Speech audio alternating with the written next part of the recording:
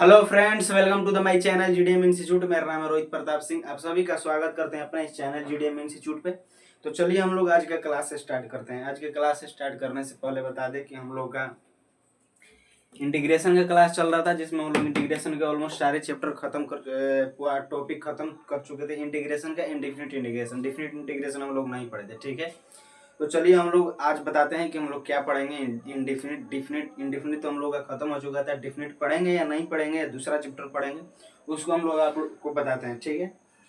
तो चलिए वीडियो को कंटिन्यू करते हैं, क्लास को कंटिन्यू करते हैं। अगर आप लोग चैनल पर नए आए होंगे तो चैनल को प्लीज़ सब्सक्राइब कर लीजिएगा। अपने दोस्त साथी के साथ शेयर वगैरह इसको वीडियो के लास्ट में कर दीजिएगा, ठीक है। देखिए हम लोग देखे थे इंडिफिनिट इंटीग्रेशन। क्या देखे थे? इंडिफिनिट इंडिफिनिट इंटीग्रेशन, ठीक है। इसमें हम लोग देख चुके थे बहुत सारे फार्मूला टाइप और इंटीग्रेशन बाई पार्शियल फ्रैक्शन, और भी देखे थे बहुत सारा इसमें फार्मूला।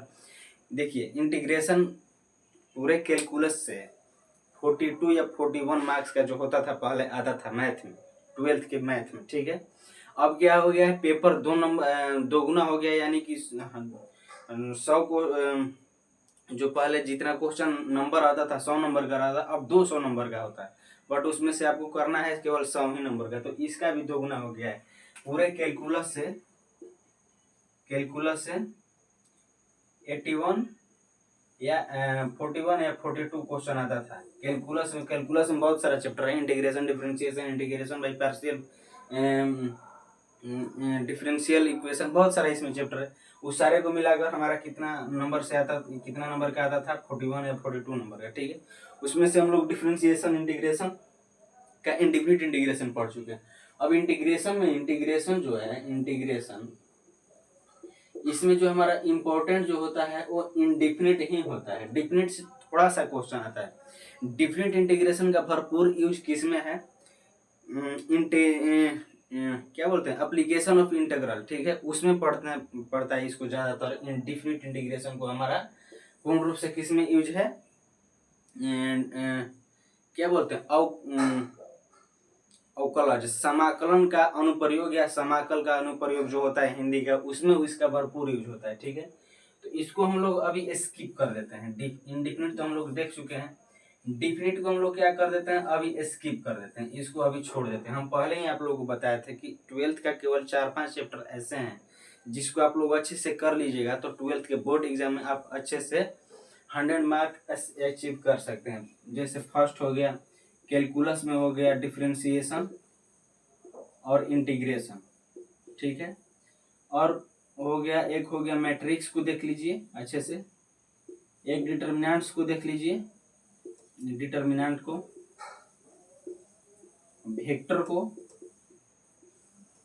3D को, ये सब को देख लीजिए। थोड़ा बहुत एलपीपी को देख लीजिए। एलपीपी तो 1-2 क्लास में खत्म हो जाता है। एलपीपी लीनियर प्रोग्रामिंग प्रोसेस, या प्रोबेबिलिटी भी थोड़ा सा देख लीजिए। प्रोबेबिलिटी भी एक ऑब्जेक्टिव इससे भी आता है, इसको थोड़ा सा देख लीजिए। प्रोबेबिलिटी होता है, ये हो गया यहाँ पे प्रोबेबिलिटी, प्रायिकता। तो इसमें हम ये नहीं है कि ये तो पूरा खत्म कर दिए, इसमें हम लोग आधा देख चुके हैं, इंडिफिनिट देख चुके हैं, और इंडिफिनिट ही हमारा इंपॉर्टेंट होता है। तो इंडिफिनिट को हम लोग देख चुके हैं। डिफिनिट को थोड़ा हम लोग स्किप करके इस सब के आगे की तरफ बढ़ते हैं, क्योंकि ये सब के चक्कर में हम लोग का 12th का सिलेबस थोड़ा पीछा होता दिखाई दे रहा है, तो अभी हम उसको स्किप कर देना है, ठीक है। तो हम लोग का आज का जो चैप्टर होगा वो हो गया मैट्रिक्स। मैट्रिक्स को हम लोग स्टार्ट करते हैं, देखते हैं स्टार्टिंग से। मैट्रिक्स का डिस्कवर वो कब हुआ, किसने डिस्कवर किया, इसका डिफिनीशन सब कुछ शुरू से देखते हैं। मैट्रिक्स का दैनिक लाइफ में यूज किया है, मैट्रिक्स का मानव लाइफ में यूज किया है, ठीक है। देखिए हम लोग इसको स्टार्ट करते हैं शुरू से। एक सेकेंड,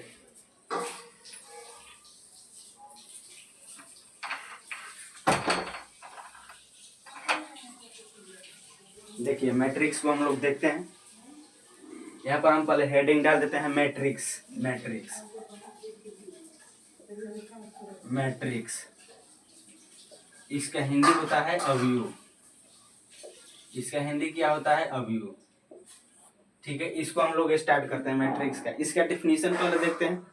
मैट्रिक्स का दैनिक लाइफ में यूज क्या है? मैट्रिक्स का साधारण मनुष्य या पर्सन के लाइफ में यूज क्या है, उसको हम लोग देखते हैं, ठीक है। तो चलिए इसको हम लोग पहले समझते हैं। मैट्रिक्स का जो सिंबल हम बताएंगे आप लोगों को, लेकिन पहले समझ लीजिए। मान लीजिए मैट्रिक्स ऐसे सिंबल रहता है, इसका डिफिनीशन से पता चलेगा। यहाँ पर कुछ दो क्या बोलते हैं काउंटेबल नंबर रहता है, 2 रहेगा 4 रहेगा, निगेटिव नहीं रहेगा, पॉजिटिव में रहेगा। यहाँ पर 2 रहेगा 4 रहेगा 8 रहेगा 10 रहेगा, जो भी रहेगा। तो यहाँ पर जो नंबर रहता है उसको हम लोग बाई बोलते हैं। यहाँ पर मल्टी ऐसे चल रहता है, क्रॉस का सिंबल रहता है, इसको हम लोग बाई बोलते हैं या इंटू बोलते हैं या क्रॉस बोलते हैं, तीनों में से कोई भी बोलते हैं, ठीक है।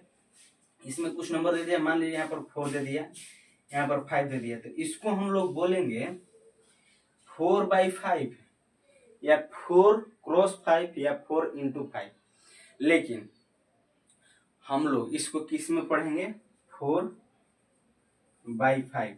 तो ये जो 4/5 है ये किसका लैंग्वेज है? आप लोग सिंपल जहाँ रहते होंगे अपने घर पे या सिटी में जहाँ पढ़ते होंगे रहकर, ठीक है, वहाँ पर किसी कमरे में रहते होंगे, रूम में रहते होंगे। हालांकि रूम नॉर्मली रहता है 8/10 का रहता है, 8/10 का रहता है। तो जो 8/10 है ये किस रूम को हम लोग बोलते हैं? 8/10 आप किसको बोलते हैं? कोई पूछता है कितने चौड़ा रूम है, तो 8/10 यानी कि 8 फीट चौड़ा है, 10 फीट लंबा है, ऐसे आप लोग बोल देंगे। तो 8/10 है, जब बीच में बाई लग जाता है तो ये इंजीनियर का लैंग्वेज है। किसका है? इंजीनियर का लैंग्वेज। इस यहाँ पर हम लिख देते हैं इंजीनियर लैंग्वेज, ठीक है।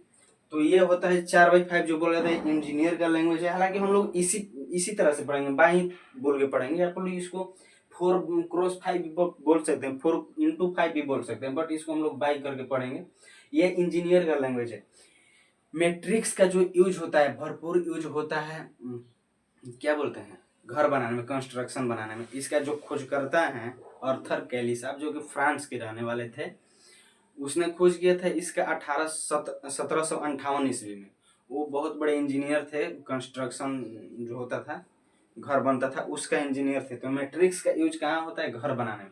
हम पहले भी आप लोगों को बता चुके हैं। जो 12th का मैथ है, 11th-12th का मैथ है, 11th-12th के मैथ में 1-2 चैप्टर ऐसा है, केवल 1-2 चैप्टर ऐसा है जो कि अर्थमेटिक मैथ में चल जाता है, अंकगणित में। बाकी सब एडवांस मैथ है। और एडवांस मैथ का यूज एडवांस दुनिया में है, दैनिक दुनिया में नहीं।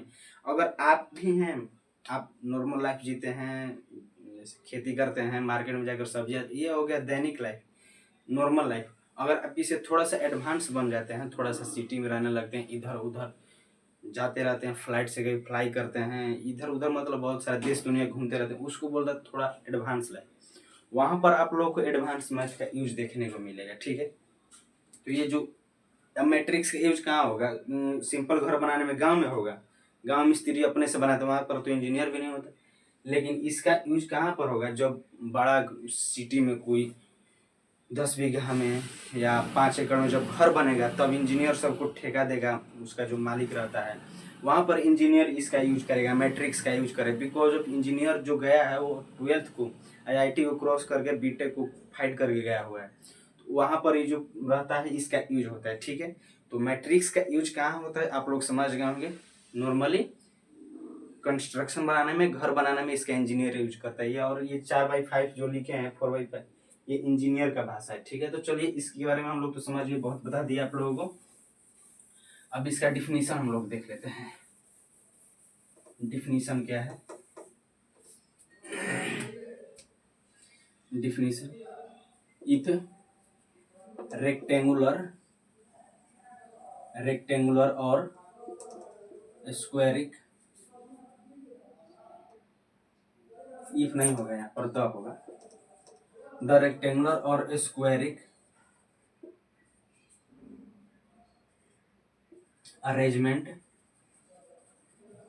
arrangement of some number or symbol in some row or column, then this process is called matrix, ठीक है। This is this is denoted, this is denoted ही लिख देते हैं, this is denoted by capital alphabets, ठीक है, and it's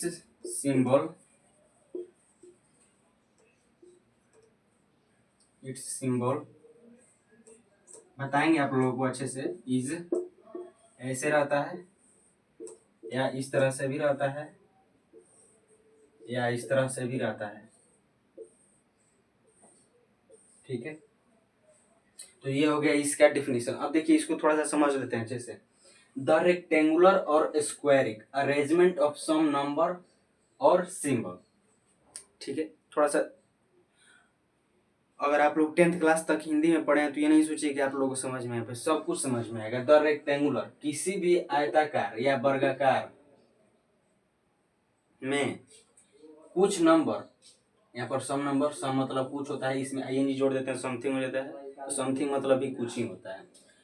कुछ number को इन सम रो और कॉलम, कुछ नंबर को पंक्ति या स्तंभ में सजा दिया जाए जो वर्गाकार हो या आयताकार हो, तो इस प्रक्रिया को हम लोग क्या करते हैं, then this process is called, क्या कहते हैं, मैट्रिक्स कहते हैं, अवयव कहते हैं, ठीक है। किसी भी संख्या या चिन्ह को, किसी, हिंदी में आप लोग लिखना चाहते हैं तो लिख लीजिए, हम बोल रहे हैं, किसी भी संख्या या चिन्ह को आयताकार या वर्गाकार तरीके से सजा दिया जाए, ठीक है, तो उस प्रक्रिया को हम लोग क्या बोलते हैं, मैट्रिक्स बोलते हैं। It is denoted by capital alphabet. अब आप लोग सोच रहे हैं यहाँ पर हम क्या लिखें, कैपिटल अल्फाबेट मतलब इसको जब भी लिखेंगे ए बराबर ही लिखेंगे, ऐसे ए स्मॉल वाला ए नहीं लिख देंगे, ऐसे स्मॉल वाला बी नहीं लिख देंगे, बी लिखेंगे तो हरदम क्या बोलेंगे, कैपिटल वाला ही लिखेंगे। यहाँ पर कैपिटल अल्फाबेट आप लोग देखे होंगे, साइन को ऐसे लिख देता है, मार देता है स्टाइल, शुरू में बड़ा वाला फिर छोटा वाला, फिर शुरू में बड़ा, ये गलत है। आप लोग कहीं नहीं देखे होंगे कि ट्रिग्नोमेट्रिकल लेटर का फर्स्ट जो लेटर होता है वो स्मॉल कैपिटल रहता है, सारा ही स्मॉल रहता है, ठीक है। तो इसको पहले क्या करना है, कैपिटल लेटर से लिखना है। एंड इट्स सिंबल, इसका सिंबल हम पहले ही बता चुके थे समझाने के लिए, ऐसा होता है या इस तरह से भी होता है या इस तरह से भी होता है, ठीक है। तो ये होता है इसका। अभी थोड़ा सा देख लेते हैं इसके अंदर क्या होता है, उसके बाद हम लोग अच्छे से देखेंगे। फिर इसका, इसमें बहुत, इसमें मजेदार है, ज्यादा हार्ड भी चैप्टर नहीं, पढ़ने में मजा आता है, ठीक है। अब देखिए इसके थोड़ा सा बारे में और हम लोग आगे देखते हैं। आप लोग इसको लिख लिए होंगे। देखिए अब आगे देखते हैं।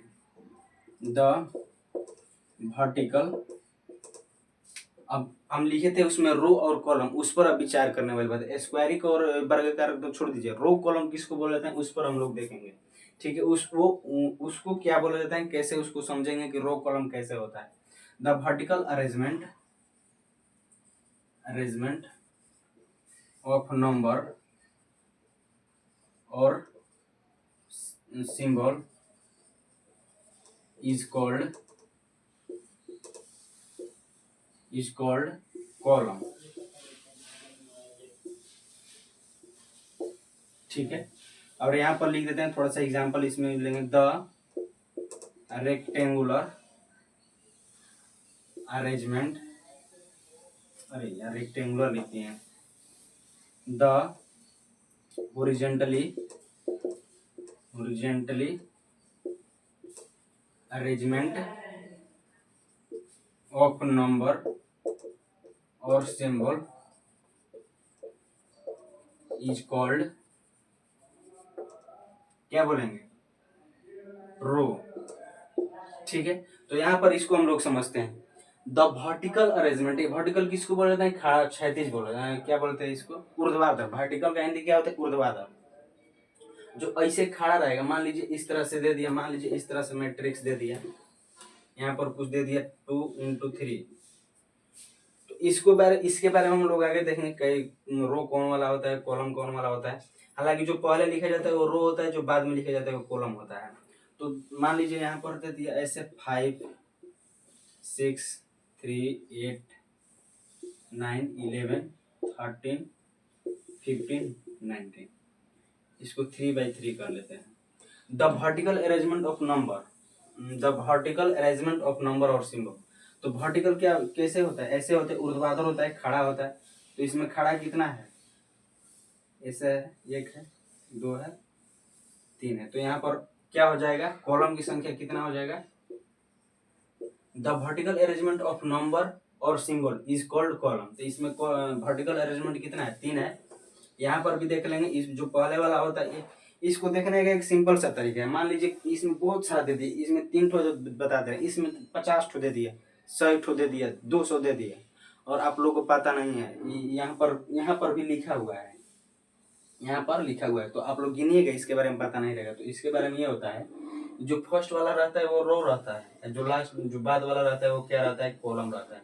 तो इसमें रो कितना है, 3, तो कॉलम कितना हो जाएगा, 3, और रो भी कितना हो जाएगा, 3 हो जाएगा। यहाँ पर सिंपल सा इसीलिए पता चल जा रहा है, थोड़ा रहता तो नहीं पता चल। अब इसमें आप लोग बताइएगा, 5 10 13 14 6 16 -9 -7 11। इसमें आप लोग आंसर कमेंट करके बताइएगा कि इसमें कॉलम की संख्या कितना होगा, ठीक है। यहाँ पर ये इसका हो गया, ऑर्डर हो गया, इसको ऑर्डर बोला जाता है। इसको क्या बोला जाता है, हम इसके बारे में बताएंगे, ऑर्डर ऑफ मैट्रिक्स और पोजीशन ऑफ मैट्रिक्स सब बताएंगे। अब इसी क्लास में, अगली क्लास में देखते हैं। इसमें क्या है, the horizontally arrangement of number और सिंबल इज कॉल्ड रो। तो यही वाला ले लेते हैं, 5 6 3 11 9 8 13 15 19, ये वाला ले लिए 3/3। तो देखिए इसमें हॉरिजॉन्टली किसको बनाते हैं, जो लेटर है। तो इसमें लेटर हुए कितने लाइन है, 1 2 3। तो इसमें रो की संख्या कितना है, 3, और रो भी यहाँ पर भी दिख रहा है, कितना है, 3। यहाँ पर कितना कॉलम दिख रहा है, 3। देखिए यहाँ पर भी रो और कॉलम 3 लिखे हैं, यहाँ पर भी रो कॉलम कितना हो जाएगा, 3 हो जाएगा। तो ये होता है, ये हो जाएगा, ये हो जाएगा, ठीक है। तो इस तरह से होता है। अब इसको बनाते रहिए आप लोग, और जिंदगी में परेशानी आए कभी तो घबराना नहीं चाहिए, क्योंकि इस कलयुग में हर आदमी का जीवन एक रोटी की तरह हो गया। जब तक दोनों तरफ से नहीं उस पर आंच लगेगा, जब तक दोनों तरफ से उस पर प्रेशर नहीं पड़ेगा, तब तक से वो अच्छा पकेगा ही नहीं। उसी तरह से इंसान है, जब आपके लाइफ में खुशी और गम नहीं आएगा, तब आपको जिंदगी का वसूल ही पता नहीं चलेगा। आप लोग को केवल आप केवल खुश रहिए, फैमिली के साथ हंसते रहिए, तो भी आपको जिंदगी का वसूल नहीं मालूम चलेगा। अगर आप लोग दुख हैं फिर भी मालूम नहीं चलेगा। एक रोटी की तरह जिंदगी है, आदमी का जिंदगी एक रोटी की तरह है। थोड़ा सा भी लगना चाहिए, दुख थोड़ा सा भी होना चाहिए, लेकिन होना चाहिए। जैसे एक तरह से रोटी थोड़ा सा भी आप लोग सेकते हैं, लेकिन सेकना जरूरी होता है। उसी तरह से आदमी का एक जिंदगी है, उसको सीखना जरूरी होता है, और तब मजा आता है रोटी खाने में। उसी तरह से जिंदगी है, जब दोनों तरह से सीख जाता है तब जिंदगी जीने में मजा आता है, ठीक है। तो ये था, थोड़ा सा लाइन बोल दिया आप लोगों के लिए। अगर आप लोग इसको अपनी लाइफ में यूज करते हैं तो चलिए ठीक है, देखते रहिए, और इसको शेयर कर दीजिएगा। अब लास्ट में आप लोग अच्छा लगा होगा तब, ठीक है। तो चलिए आज के लिए इतना ही रहने देते हैं, मिलते हैं नेक्स्ट क्लास में। तब तक हमारे साथ जुड़ने रहने के लिए बहुत बहुत धन्यवाद। Bye bye.